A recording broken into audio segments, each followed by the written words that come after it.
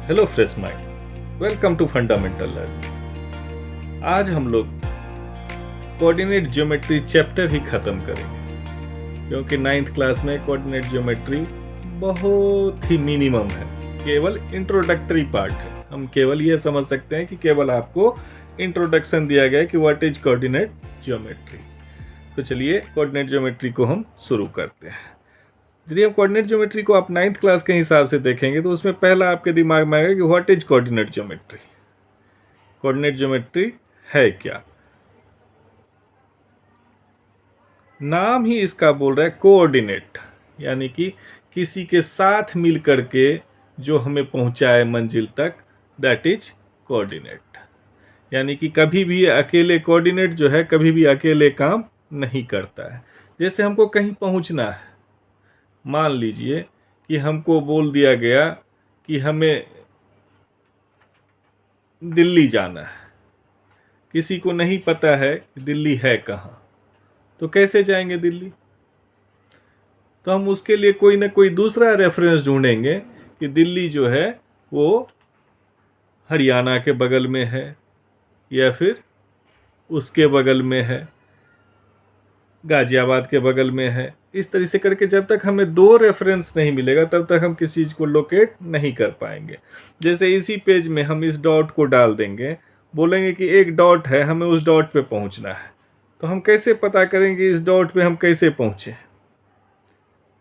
एक रेफरेंस हमें मिल गया कि चलिए हमें ये डॉट पे पहुंचना है, लेकिन जब तक कोई दूसरा रेफरेंस नहीं मिल जाएगा तब तक हम उस डॉट पे नहीं पहुंच सके। चक्कर काटते रहे रेंडमली हम पहुंच जाए, that is separate thing, but हम एक्यूरेटली कैसे पहुंचेंगे उसके लिए हमें दूसरे कोऑर्डिनेट की यानी दूसरे ऑर्डिनेट की आवश्यकता होती है।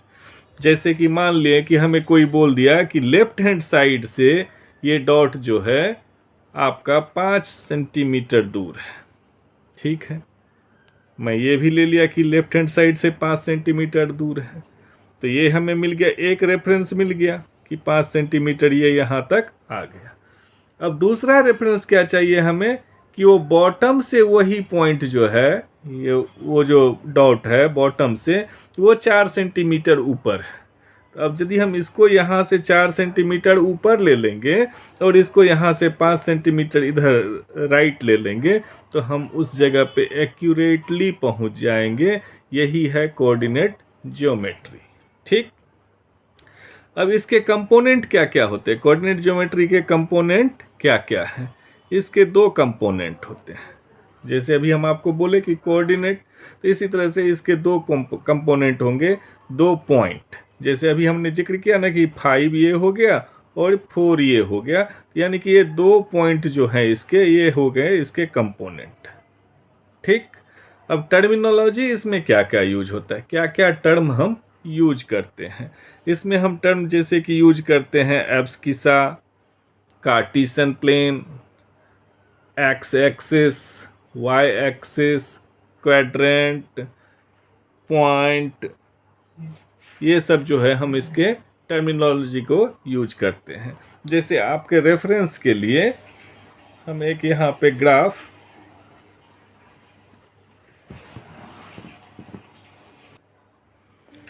ये जो ग्राफ है हमने इस ग्राफ को आपके लिए बनाया है ये दिखाने के लिए कि इसमें टर्मिनोलॉजी को हम कैसे यूटिलाइज करेंगे।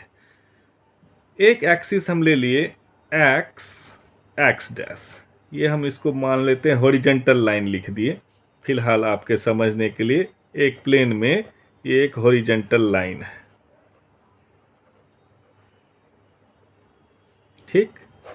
इसके ऊपर इस एक्स और एक्स डैश के ऊपर में हम एक वर्टिकल लाइन खींच दिए, ठीक।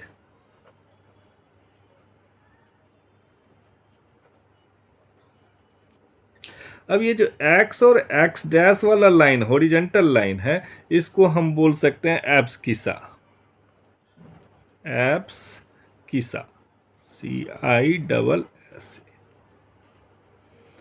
यानी कि एक्स और एक्स डैश से इस लाइन पे यानी हॉरिजेंटल लाइन पे जो भी हम रेफरेंस लेंगे that will be called as abscissa, और y डैश यानी वर्टिकल लाइन पे जो भी हम रेफरेंस लेंगे that will be called ordinate. ये दो टर्म पहले हो गया, एक्स डैश एक्स डैश के लिए एब्सकीसा, वाई डैश के लिए ऑर्डिनेट। ये जो पूरा प्लेन हो गया, यदि हम एक नॉर्मल प्लेन पेपर भी ले लें तो वो प्लेन जो हो गया that will be called Cartesian plane. ये जो है कार्टेशियन, CARTESIAN कार्टेशियन प्लेन, ये पूरा प्लेन जो हो जाएगा that will be called Cartesian plane. अब इसको हमने क्या किया, दो एक्सिस डाल के हम देखेंगे कि नंबर 1, नंबर 2, नंबर 3, नंबर 4, यानी कि हम इसको 4 भाग में बांट दिए हैं। ये 4 भाग जो है अलग अलग, ये क्वाड्रेंट कहलाते हैं इसके। अब क्वाड्रेंट किस लिए बनाया गया, क्वाड्रेंट हमारे इजी पर्पस के लिए बनाया गया कि हम इजीली लोकेट कर पाए किसी चीज को देखते ही कि ये कहाँ पर हमारा इसका सिचुएशन होगा या कहाँ पर ये पोजीशन होगा। इस चीज के लिए हमको क्वाड्रेंट दिया गया है। ठीक है, तो इस क्वाड्रेंट में क्या क्या साइन क्या क्या होता है, ये हमेशा एंटी क्लॉकवाइज मूवमेंट करता है, यानी कि ये ऐसे मूवमेंट करेगा, इसका जो डायरेक्शन होगा एंटी क्लॉकवाइज, एंटी क्लॉकवाइज। ठीक है, ये हो गया इसका मूवमेंट। तो first quadrant always refers two plus plus, यानी कि एब्सकीसा का साइन भी प्लस में होना चाहिए और ऑर्डिनेट का साइन भी प्लस में होना चाहिए। Second quadrant always refer with minus and plus. ठीक, क्योंकि जो भी रहेगा ये देख लीजिए एक्स डैश है, यानी कि x dash always negative number को रिप्रेजेंट करता है, इसलिए पहला नंबर आया माइनस, दूसरा आया प्लस, और ये y है, y हमेशा इसमें पॉजिटिव नंबर को कर रहा है, इसीलिए माइनस प्लस। ठीक, थर्ड क्वाड्रेंट जो है यहाँ पे देखेंगे कि x डैश लिया गया, यहाँ पे y डैश लिया गया, x डैश भी निगेटिव को करता है और y डैश भी निगेटिव को, इसलिए ये माइनस माइनस। अब यहाँ पर फोर्थ क्वाड्रेंट में क्या है, x एंड y डैश, लेकिन पहले हमारा x है फिर y डैश, तो यदि हम लेंगे तो इसको पॉजिटिव और निगेटिव, यानी कि एब्सकीसा के साथ में जब हम रखेंगे इसको तो एब्सकीसा क्या है पॉजिटिव में और ऑर्डिनेट क्या है निगेटिव में, तो हमेशा एब्सकीसा यानी कि x वाला वैल्यू पहले आता है, इसलिए पॉजिटिव निगेटिव, यहाँ भी पॉजिटिव पॉजिटिव, यहाँ भी निगेटिव पॉजिटिव, यहाँ दोनों निगेटिव है तो निगेटिव निगेटिव। ठीक, इसमें कोई दिक्कत नहीं होगा। ओके, तो कार्टेशियन प्लेन समझ में आ गया, आपको टर्मिनोलॉजी मैंने समझा दिया, क्या क्या टर्मिनोलॉजी होता है, एब्सकीसा एंड ऑर्डिनेट। और ये जो पॉइंट है जहां पर कि दोनों एक्सिस आपस में ज्वाइन कर रहे हैं, this is called zero value, यानी कि ओरिजिन। ये इसको हम बोलते हैं ओरिजिन। यहीं से ये इधर की तरफ शुरू हुआ, ये इधर की तरफ, ये इधर की तरफ, ये इधर की तरफ। ठीक, तो ये ओरिजिन हो गया, ये एब्सकीसा हो गया, ये ऑर्डिनेट हो गया, ये क्वाड्रेंट नंबर फर्स्ट क्वाड्रेंट, ये सेकंड क्वाड्रेंट, ये थर्ड क्वाड्रेंट, ये फोर्थ क्वाड्रेंट, और सभी का sign plus plus minus plus हमेशा एब्सकीसा के साथ, एब्सकीसा हमेशा एब्सकीसा का जो साइन है वो पहले आएगा। ठीक, उसके बाद ऑर्डिनेट का साइन आएगा।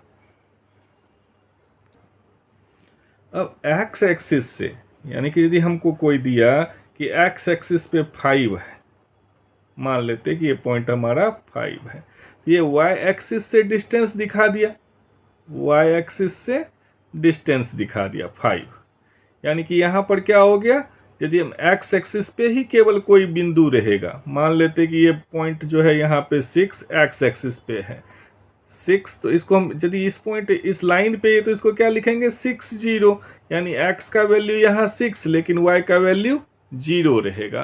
तो y से x एक्सिस के डिस्टेंस को हम क्या बोलते हैं, एब्सकीसा। कंफर्म। इसी तरह से x एक्सिस से y के डिस्टेंस को यदि मान लेते कि यहाँ पे कोई वैल्यू है, ये भी मान लेते हैं 6 है, तो इसको हम क्या लिखेंगे 0 6 वाई एक्सिस पे है, लेकिन ये x का वहाँ वैल्यू क्या है 0, क्योंकि ये 0 पे ही सामने है, इसीलिए इसको हम बोल देंगे ऑर्डिनेट। ठीक, उसके बाद हम कैसे लिखते हैं, लिखने के लिए मान लेते हैं हमारे पास दो वैल्यू है, तो इसको हम लिखेंगे एक्स वाई, जहाँ पे ऑलवेज एक्स जो है वो एब्सकिसा को रिप्रेजेंट करेगा और वाई जो है ऑर्डिनेट को रिप्रेजेंट करेगा। ठीक। एंड इफ एक्स और वाई इक्वल नहीं है, if X equal to not Y, then हम उसको कभी भी वाई एक्स नहीं ले सकते हैं। ठीक। तो X Y will not be equal to Y X if X equal to not Y. हाँ, यदि एक्स इक्वल टू वाई है उस केस में X Y will be equal to Y X. ठीक है। इसके बाद आपके लिए 9th क्लास में कुछ भी नहीं बच जाता है कोऑर्डिनेट ज्योमेट्री के लिए, इसलिए समझ लीजिए कि आपका कोऑर्डिनेट ज्योमेट्री इतना में ही एक पेज में ख़त्म हो गया। इससे इजी तो कुछ भी नहीं मिलेगा आपको। Thank you.